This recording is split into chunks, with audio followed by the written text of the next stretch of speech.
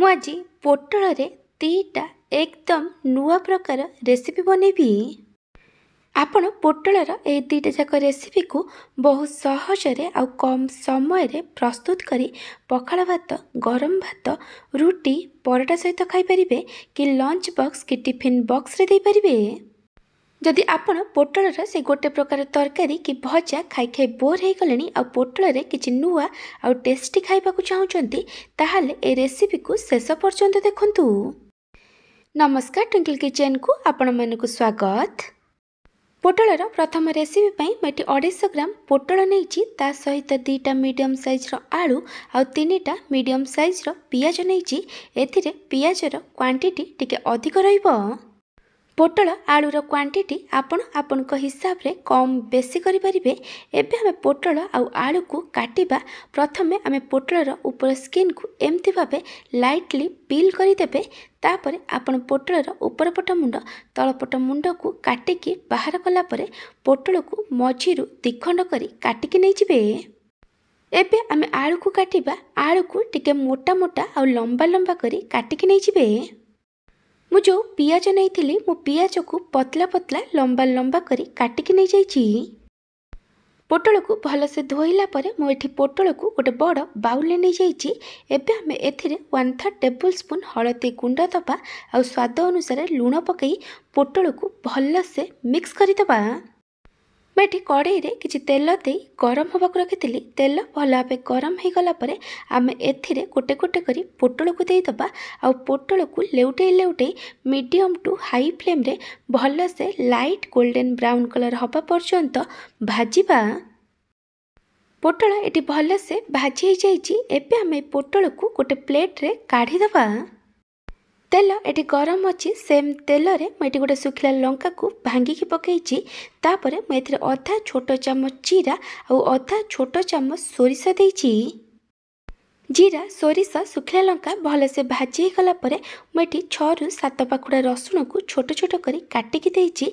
एबे आमे रसुण को 20 ରୁ 30 सेकेंड पर्यंत भाजिबा। रसुण को 20 ରୁ 30 सेकेंड पर्यंत भाजिला परे आमे एथिरे काटिकी रखिथिबा पियाज को दे दबा और सब को भल भाबे मिक्स करी आमे पियाज को भाजिबा। पियाज को बेसी गोल्डन ब्राउन कलर करी भाजिबा दरकार नहीं। पियाज टिके सॉफ्ट हे भाजी गला परे आमे एथिरे काटिकी रखिथिबा आलू को दे दबा। सबको भल भाव मिक्स करी हाफ रु 1 मिनिट पर्यंत हाई फ्लेम रे भाजिला परे आमे को कवर करी लो फ्लेम रे 4 ରୁ 5 मिनिट पर्यंत भाजिबा। मझिरे मझिरे घोड़णी काढ़ी आलू आ पियाज को गोलौथिबे नहले आर तलपट लागी पोड़ी जाई पारे। आपण एथिरे बिल्कुल भी पानी देबेनी। 4 ରୁ 5 मिनिट पर मैं घोड़णी काढ़ी देइछि। आलू आ पियाज टिके लाइट गोल्डन ब्राउन कलर रे भाजी हो जाइछि। एबे आमे एथिरे भाजिकी रखिथिबा पोटल को दे दबा। तापरे आमे एथिरे स्वाद अनुसार लूण पकईबा। आपण देखिकी लूण पकईबे कारण आमे ऑलरेडी पोटल रे लूण पकईछे। तापरे मैं एथिरे 1/3 टेबल स्पून हळदी गुंड लंका गुंड पकाउछि। आपण को जेतिकी राग दरकार से अनुसार लंका गुंड पकईबे।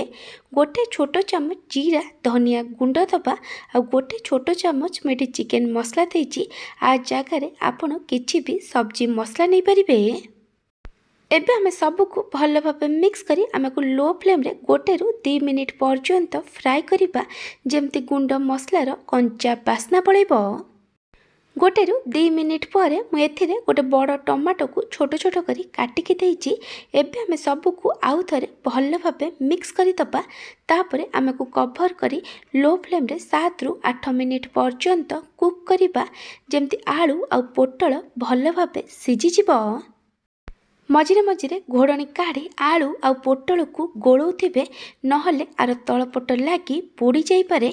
आपण एथिरे बिल्कुल भी पानी देबेनी। 7 ରୁ 8 मिनिट पर मैं घोड़णी काढ़ी देइछि। मैं आपण को देखै दउछि एठी आलू पोटल टमाटो सब भल से सिझी जाइछि। एबे हमें सबको आउ थरे भल भाव मिक्स करी दबा आ इंडक्शन बंद करी दबा।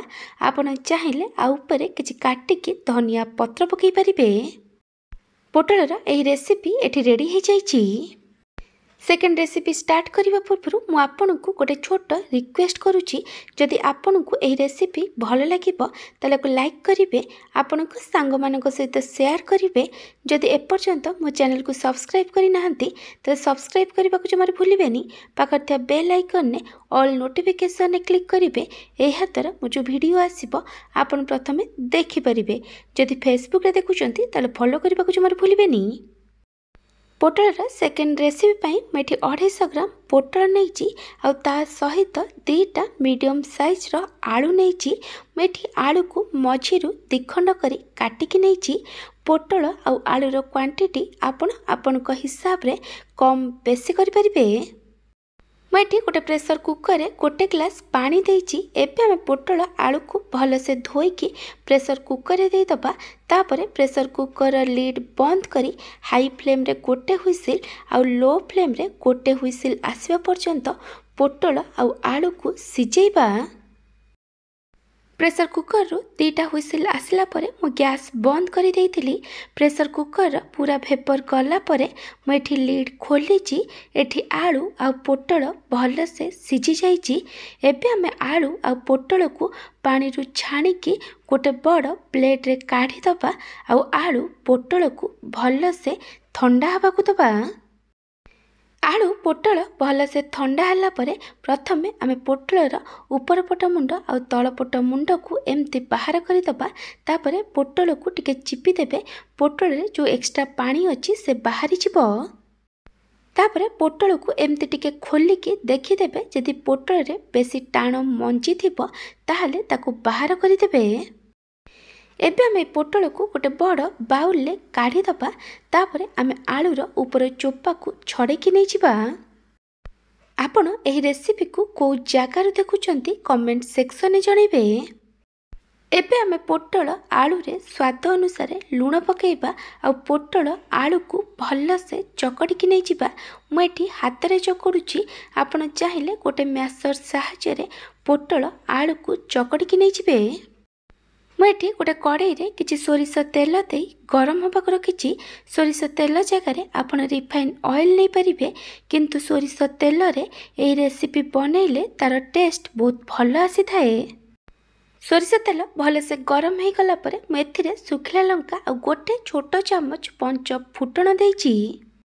सुखिला लंका पंच फुटण भल से भाजी गला परे मुझे पियाज दौची मुझे गोटे बड़ पियाज को पतला पतला लंबा लंबा करी काटिकी पकईची। पियाजर क्वांटिटी टिके अधिक रखिबे। पियाज टिके सॉफ्ट हो भाजी गला परे मुझे 3टा कंचा लंका को मझीरु दिखंड करी काटिकी देइची आ 5 रु 6 पाकुड़ा रसुण को छेचिकी पकईची। रसुण को एमती छेचिकी पकईबे।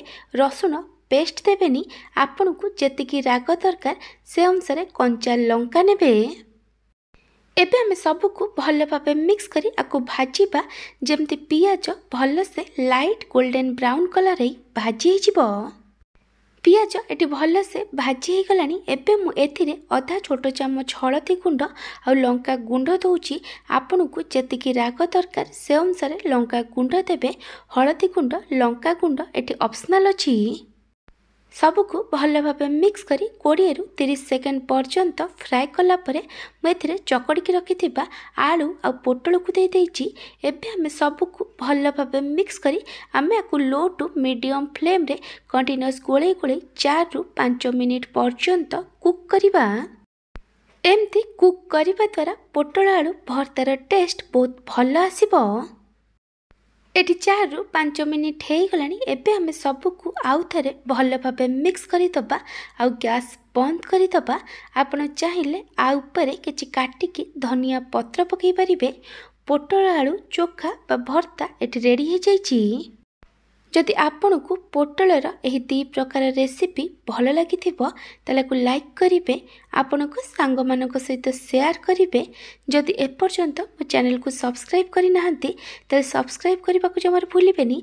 पाखर बेल आइकन ने ऑल नोटिफिकेशन ने क्लिक करिवे एहा द्वारा मो जो वीडियो आसीबो आपण प्रथमे देखि परिबे।